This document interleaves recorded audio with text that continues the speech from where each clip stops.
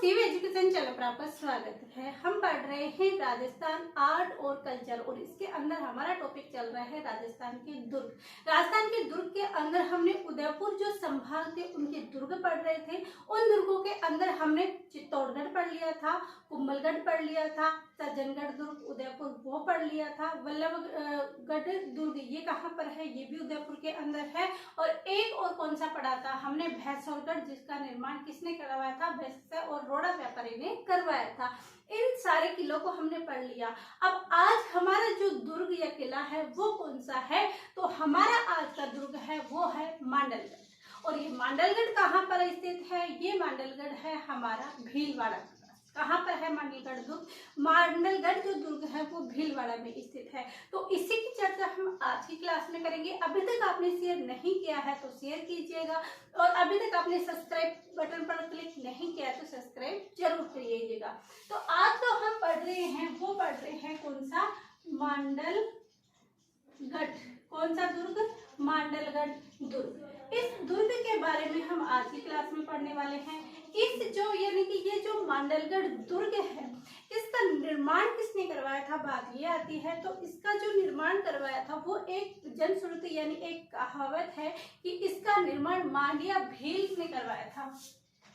किसने करवाया था, मांडिया भील ने। मांडिया भील, और उस मांडिया भील का जो नाम था, उस मांडिया भील का क्या नाम था, तो उसका नाम था चारणा गुज्जर। किसका नाम था, मांडिया भील का नाम था चारणा गुज्जर। और ये चारणा गुज्जर ये क्या कोई ऑथेंटिक है या किस शिलालेख पर हमें मिला है, जी बिल्कुल नहीं। ये सिर्फ एक कहावत है कि यहाँ पर ये मांडलगढ़ है, मांडिया भील ने करवाया हुआ है, इसीलिए इसका नाम मांडलगढ़ हुआ होगा। और उस मांडिया भील का नाम क्या है, चारणा गुज्जर। ये क्या है, ओनली जनश्रुति है। क्या है, ओनली जनश्रुति यानी कहानी, कोई कहावत है। उस जनश्रुति के अनुसार इसका निर्माण मांडिया भील यानी चारणा गुज्जर ने करवाया था।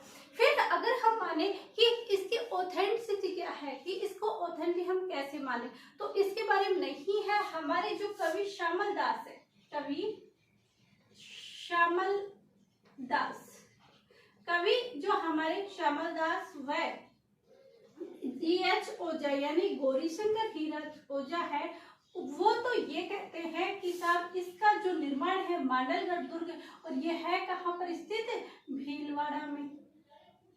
कहाँ पर स्थित है, भीलवाड़ा में स्थित है। लेकिन कवि श्यामल दास और जी.एच. ओझा ये कहते हैं इस दुर्ग के बारे में कि इस दुर्ग का निर्माण चौहान शासकों ने करवाया था। इसका जो निर्माण है वो निर्माण किसने करवाया था, तो इसका जो निर्माण है वो चौहान शासकों ने करवाया था। किसने, चौहान शासकों ने। और ये चौहान शासक भी कहाँ के थे, अजमेर के। तो अजमेर के चौहान शासकों द्वारा, चौहान शासकों द्वारा,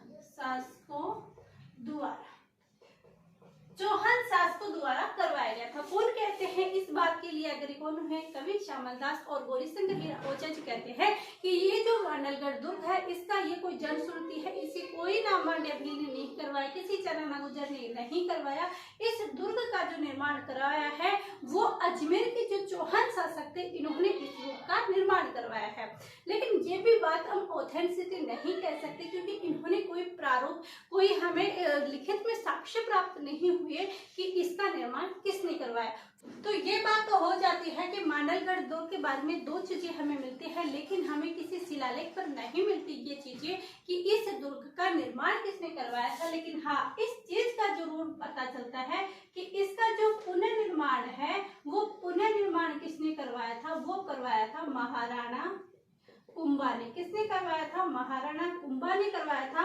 तो महाराणा कुंभा ने किसका निर्माण कराया, चित्तौड़गढ़ दुर्ग का निर्माण कराया था। वहां कितने प्रवेश द्वार थे, 7। तो यहाँ पर भी कितने प्रवेश द्वार होंगे, तो यहाँ पे जो प्रवेश द्वार बनाए इन्होंने, उन प्रवेश द्वार की संख्या, प्रवेश द्वार की जो संख्या है वो कितनी है, वो भी है 7। तो इसका जो पुनर्निर्माण है वो किसने करवाया, महाराणा कुंभा ने करवाया। और इसके जो प्रवेश द्वार है वो प्रवेश द्वार भी कितने हैं, 7। इसके बाद आगे आते हैं, यहाँ पर एक शिलालेख लगा हुआ है, श्रृंगी ऋषि शिलालेख। कौन सा शिलालेख है, श्रृंगी ऋषि शिलालेख।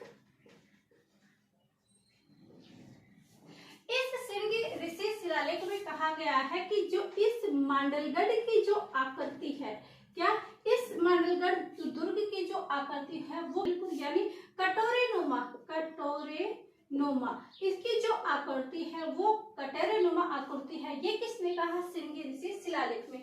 श्रृंगी ऋषि शिलालेख में कटोरे नुमा आकृति कैसी है, ये कैसे याद कर सकते हैं? तो देखिए, जो श्रृंगी ऋषि शिलालेख है यानी ऋषियों का है। यहाँ पर जो ऋषि है उनका आश्रम भी बना हुआ था। यहाँ पर जो शिलालेख हमें प्राप्त हुआ है वो 10,000 वर्ष पहले का शिलालेख प्राप्त हुआ है। तो श्रृंगी ऋषि यानी ऋषियों के पास क्या होता है? कटोरा होता है। क्या होता है? कटोरा। तो उन्होंने इसके आकृति उस कटोरों को देखकर क्या बता दी, भाई ये जो कटोरा है ऐसे की ऐसी आकृति तो मांडलगढ़ दुर्ग की है। किसकी है?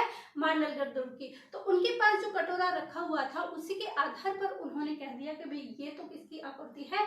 मांडलगढ़ दुर्ग की भी तो ऐसी आकृति जैसे इस कटोरे की आकृति है। तो ऐसे हम याद कर सकते हैं कि जो मांडलगढ़ दुर्ग है वो भीलवाड़ा में है और इसकी जो श्रृंगी ऋषि शिलालेख के आधार पर आकृति पूछे तो कैसी आकृति है? कटोरेनुमा आकृति है।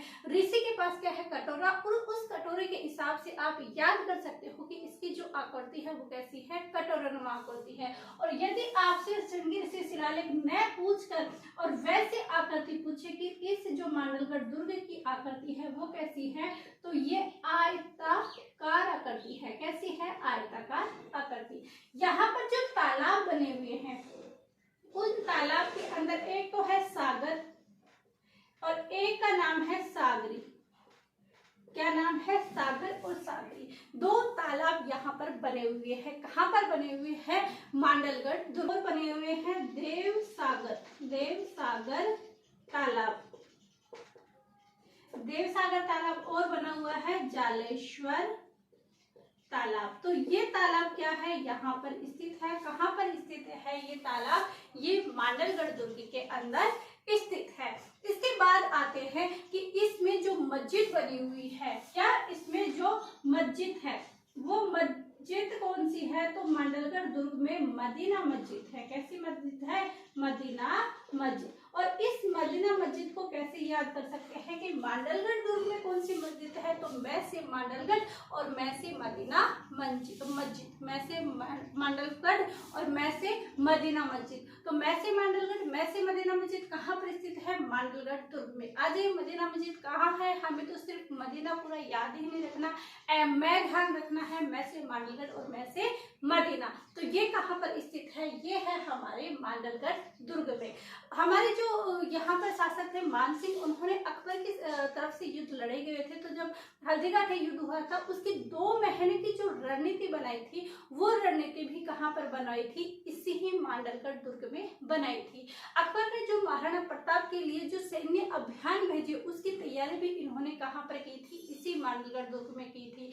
तो ये मांडलगढ़ दुर्ग अकबर ने 1567 यानी 1568 में जब हमारे यहाँ पर चित्तौड़ का तीसरा साका हुआ था तब यहीं पर उन्होंने अपनी सेना तैयार की थी, यहीं पर उन्होंने लिया था। लेकिन ये कब लिया था? यहाँ पर जो मांडलगढ़ है यहाँ पर स्थान, यहाँ पर एक जो 1567 में क्या मैंने कहा 1567 में, बाद में अकबर ने यहीं से योजना बनाई। तो 1567 में यहाँ पर जो एक दुर्गा अध्यक्ष था, दुर्गा अध्यक्ष, उस दुर्गा अध्यक्ष का नाम था, यहाँ पर जो 1567 में दुर्गा से उसका नाम था बालानोत। इस 1567 में दुर्गाध्यक्ष बालानोत को हराकर, किसको? बालानोत को हराकर यहाँ पर जो अधिकार किया वो अधिकार किसने कर लिया? अकबर ने अधिकार कर लिया। किसने कर लिया? अकबर ने क्या कर लिया? अधिकार कर लिया। कब कर लिया था? 1567 में। तो पूछा जाए कि यदि इसकी मांडलगढ़ दुर्ग में अकबर के अधीन ये दुर्ग कब आ गया था? तो 1567 में यहाँ पर आ जाता है। उसके बाद इन्होंने सैन्य अभियान भेजे, वो यहाँ से आ जाते हैं। 1576 के अंदर जो हल्दीघाटी का युद्ध होता है उसकी 2 महीने की जो रणनीति मानसिंह जी द्वारा बनाई जाती है वो भी इसी मांडलगढ़ दुर्ग के अंदर बनाई जाती है। तो ये है अकबर से संबंधित जिसके अंदर मांडलगढ़ दुर्ग को इन्होंने जीता। किससे जीता, कब जीता और यहाँ पर क्या क्या कार्य किए हैं, इस चीज को आप जरूर ध्यान रख सकते हो क्योंकि ये हमारे आर्ट कल्चर हिस्ट्री दोनों के हिसाब से महत्वपूर्ण टॉपिक हो जाता है और इसके साथ ही हमारी काफी चीजें क्लियर हो जाती है। अब देखें कि ये जो मांडलगढ़ दुर्ग है इसके समीप क्या क्या स्थित है, इसके समीप क्या क्या स्थित है यहाँ के समीप एक तो त्रिवेणी संगम है, क्या है, त्रिवेणी संगम, और ये त्रिवेणी संगम समीप स्थित है, कौन सा है, बनास, बेड़च और मेनाल। बनास, बेड़च और मेलाल ये त्रिवेणी संगम है। और यदि इसके समीप पहाड़ी पूछा जाए तो वो पहाड़ी होगी हमारी बीजासन पहाड़ी। कौन सी पहाड़ी होगी, हमारी बीजासन पहाड़ी। तो ये मांडलगढ़ दुर्ग भीलवाड़ा, ये हमने दुर्ग के बारे में देखा है, इसको मिला मत लेना। और यहाँ पर क्या देखा कि इसके समीप त्रिवेणी संगम है, वो कौन से है, बनास, बेड़च और मेनाल। और यहाँ पर जो पहाड़ी है इसके समीप, मांडलगढ़ दुर्ग के जो समीप पहाड़ी है वो कौन सी पहाड़ी है, उस पहाड़ी का नाम है बीजासन पहाड़ी। और यहाँ पर जो जैन मंदिर है, क्या, जो जैन मंदिर है, जैन मंदिर, कौन कौन से यहाँ पर जैन मंदिर है, तो एक कौन सा है, चार भुजा नाथ मंदिर। नाथ किसके लगाते हैं, जो जैनी होते हैं उनके नाथ। चार भुजा नाथ मंदिर कहाँ पर है, यही जैन मंदिर है, कहाँ पर, मांडलगढ़ दुर्ग में। और एक ऋषभ देव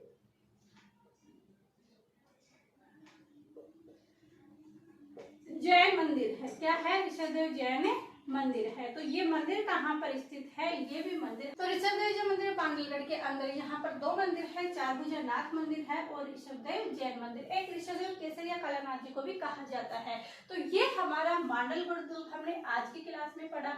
क्या जाना इसके बारे में, हमने जाना कि मांडलगढ़ दुर्ग है वो है कहाँ पर स्थित, भीलवाड़ा में स्थित है। इसका निर्माण के बारे में अभी कोई हमें शिलालेख हमें प्राप्त नहीं हुए जिससे कि कंफर्म हो सके कि इसका निर्माण किसी ने करवाया था। लेकिन इसके बारे में क्या कहा गया है, हमारे गौरीशंकर हीराचंद ओझा जी और श्यामल दास जी ने कहा कि इसका निर्माण तो अजमेर के चौहान शासकों ने करवाया है, लेकिन उसके जनश्रुति कहती है कि ये इसका निर्माण मांड्या भील यानी उसका नाम था चना गुर्जर, उसने करवाया था। लेकिन ये हमें पता है कि यानी ये हमें पता हुआ कि इसका जो पुनर्निर्माण है वो किसने करवाया, वो करवाया था हमारे कुंभा जी ने। और यहाँ पर कुंभा जी ने क्या किया, पुनर्निर्माण किया और चित्तौड़ की तरह ही इन्होंने क्या किया, यहाँ पर भी 7 प्रवेश द्वार बना दिए। उसके बाद देखा कि यहाँ पर सिंह ऋषि का शिलालेख है, यहाँ पर ऋषियों का यहाँ पर आते जाते थे, यानी ऋषियों का प्रमुख केंद्र रहा है। उंडेश्वर मंदिर यहाँ पर स्थित है, तो ये ऋषियों का प्रमुख केंद्र है। तो वहां पर ऋषि बैठे हुए थे, उनके पास कटोरे रखे हुए थे। तो उस कटोरों को देखकर इन्होंने क्या कहा कि इस दुर्ग की आकृति तो इसी कटोरे के समान है, इसलिए इन्होंने क्या किया, इस मांडलगढ़ दुर्ग को मंडलाकृति यानी कटोरे नुमा आकृति उन्होंने बता दी। तो ये सिंह ऋषि के आधार पर अपन याद कर सकते हैं। उसके बाद आते हैं कि यदि सिंह ऋषि शिलालेख नहीं दे और हमसे पूछा जाए कि इसकी आकृति कैसी है, तो इसकी जो आकृति है वो कैसी है, आयताकार आकृति है। उसके बाद यहाँ पर जो तालाब है वो सागरी तालाब है, देवसागर तालाब है, और कौन सा तालाब है, यहाँ पर जालेश्वर तालाब स्थित है। यहाँ पर जो मस्जिद है वो कौन सी है, मदीना मस्जिद, यानी मैं से मांडलपुर, मैं से मदीना मस्जिद। उसके बाद देखा कि यहाँ पर 1567 में यहाँ के जो दुर्गा अध्यक्ष थे, कौन थे, दुर्गा अध्यक्ष बालानोद। उस 1567 में दुर्गा अध्यक्ष बालानोद को अकबर द्वारा हराया जाता है और अकबर वहां पर शासन कर लेता है। जब अकबर वहां पर शासन कर लेता है तो उसके बाद जो सैन्य अभियान भेजे जाते हैं महाराणा प्रताप के विरुद्ध, तो वो कहाँ पर ये तैयारी करते हैं, इसी मांडलगढ़ दुर्ग के अंदर तैयारी करते हैं। 1576 में जब हल्दीघाटी का युद्ध होता है तो उसकी जो 2 माह पहले जो रणनीति मान सिंह जी बनाते हैं वो भी कहाँ पर बनाते हैं, इसी मांडलगढ़ दुर्ग के अंदर बनाते हैं। इसके समीप त्रिवेणी संगम है वो है बनास, बेड़च और मेनाल का, और इसके साथ ही इसके समीप जो पहाड़ी है वो पहाड़ी है बीजासन पहाड़ी। और यहाँ पर जो जैन मंदिर बने हुए हैं वो चारभुजा नाथ मंदिर है और ऋषभदेव मंदिर है। तो ये हमने मांडलगढ़ दुर्ग के बारे में जाना। और मांडलगढ़ दुर्ग के अंदर से यदि क्वेश्चन आता है तो इस स्लाइड से बाहर एक क्वेश्चन भी नहीं जाने वाला है, चाहे पेपर आए तब देख लेना, और पिछले पेपर्स को उठाकर आप देख सकते हो कि यहाँ से क्वेश्चन आए हैं या नहीं आए। और अपनी तैयारी को लिए ज्यादा कंटेंट अपने को आवश्यकता नहीं है, बस हमारे पास प्रीवियस ईयर क्वेश्चन और साथ में हमारे पास अपने अच्छे नोट्स होने चाहिए। जब ये दोनों चीजें कंप्लीट हो जाती है तो हमें बड़ी बड़ी बुक्स पढ़ने की आवश्यकता नहीं है, और यही हमारी सफलता दिलाएगी। क्योंकि सफलता के लिए हमें कोई शॉर्टकट रास्ता नहीं अपनाना चाहिए, लेकिन अगर हम इतना सा भी लेकर उसको बार बार अभ्यास कर ले जाते हैं तो वो अच्छे से याद हो जाते हैं, भूले नहीं जाते हैं। लेकिन हम पढ़ते जाते हैं, कितना याद हुआ कितना नहीं हुआ वो हम उसे पढ़ना नहीं कहते, उसे कहते हैं रीडिंग। तो ऐसी रीडिंग हमें नहीं करनी है, अच्छे से याद करना है। जो पॉइंट हमें नहीं आते पूरे चैप्टर में उसे एक अलग से पेज में नोट डाउन कर लेना है। जब भी आप पढ़ो तो सबसे पहले उसको जरूर पढ़ना चाहिए। तो ये छोटी सी जानकारी है आपको दी है, आई होप आपके समझ में आई होप आप इसको अपनी लाइफ में जरूर उतारेंगे। तो ये चीजें होती है कंप्लीट। मिलते हैं अब कल की क्लास में और नए दुर्ग के साथ। अभी तक आपने चैनल को सब्सक्राइब नहीं किया है तो प्लीज सब्सक्राइब जरूर कीजिए, और लाइक भी नहीं किया है तो लाइक जरूर दबाइए, क्योंकि एक लाइक से आपके कोई फर्क नहीं पड़ता बल्कि हमें मोटिवेशन मिलता है। तो मिलते हैं अब कल की क्लास में। आप सभी का धन्यवाद, थैंक यू।